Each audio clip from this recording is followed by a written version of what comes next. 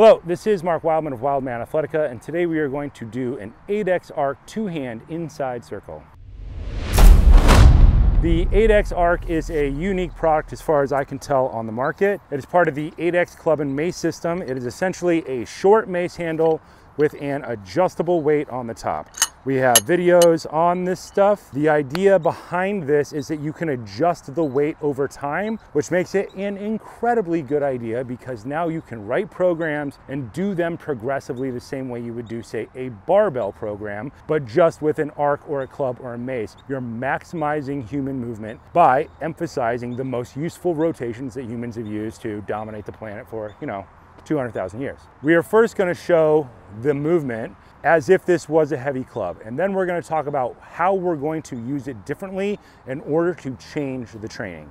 Our single arm inside circle is one of our most important club movements. It's one of the first three I always teach.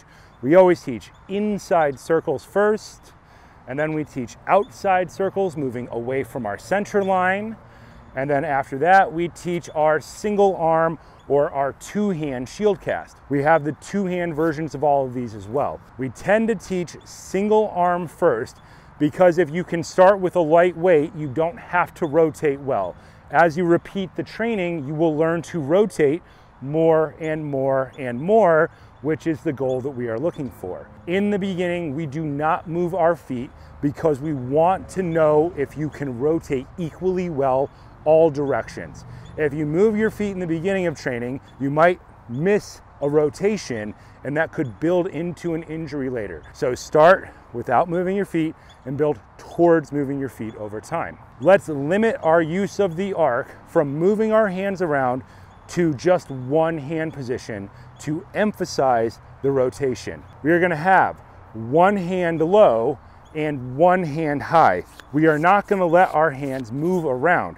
By having our hands wide, we are going to force ourselves to rotate in a more extreme way than if we moved our hands. Normally when we do two-handed exercises with a club, we use our top hand to judge where our grip is going to be. Our top hand is normally at a 90-degree angle. We're going to do it differently.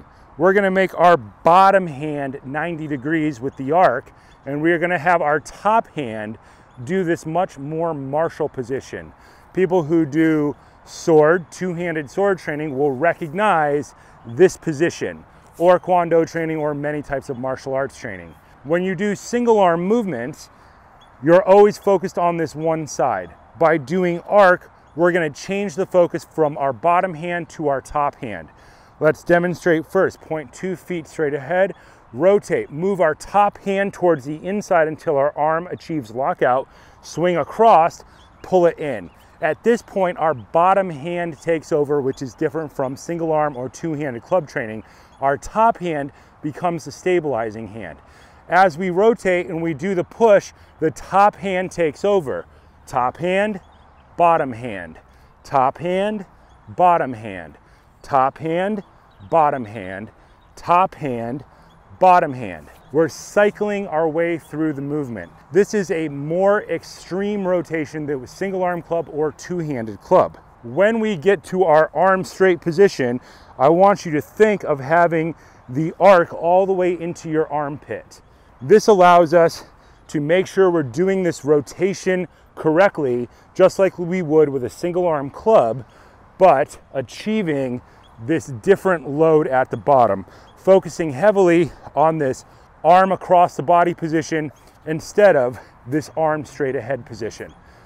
Arm up, elbow out, look the direction you're going to go, push, swing, pull, catch, rotate all the way across. Push, swing, pull, catch, rotate all the way across. The arc requires more rotation, so when I started doing arc, even though my single arm club is very good and my mace is good, I found that I was getting even more movement in one side of my lower back. We're always trying to balance our rotation. This is just one more way to make sure it's equal. Top hand, elbow up, bottom hand carries the load when you're in your balanced position. Rotate, push, swing, pull, catch. Bottom hand does the work, top hand does the work, bottom hand, top hand, bottom hand, top hand. You will notice this becomes much more martial arty than just the single arm club itself. Most people will focus on the single arm club for years and get really good at just standing up. The arc is going to allow us to push those ideas even further and focus more on rotation. If we start adding in more of our martial stance, instead of single shoulder width distance apart, move it to 2 shoulder width distance apart, and we start doing this, you're gonna start recognizing these shifts look exactly like basics of Kung Fu and of Japanese martial arts. It's a simple idea. We're taking what we already know, our single arm inside circle, our 2-hand inside circle, and we're changing it by making our hands far apart. I think it's a really good idea, and we're going to talk about how all of these moves differ slightly from their club and their mace variations over time so that we can build programs for each specific piece of equipment. The more times we repeat these ideas with different pieces of equipment, the better we are going to get at operating levers, kind of the most fundamental human athletic skill there is.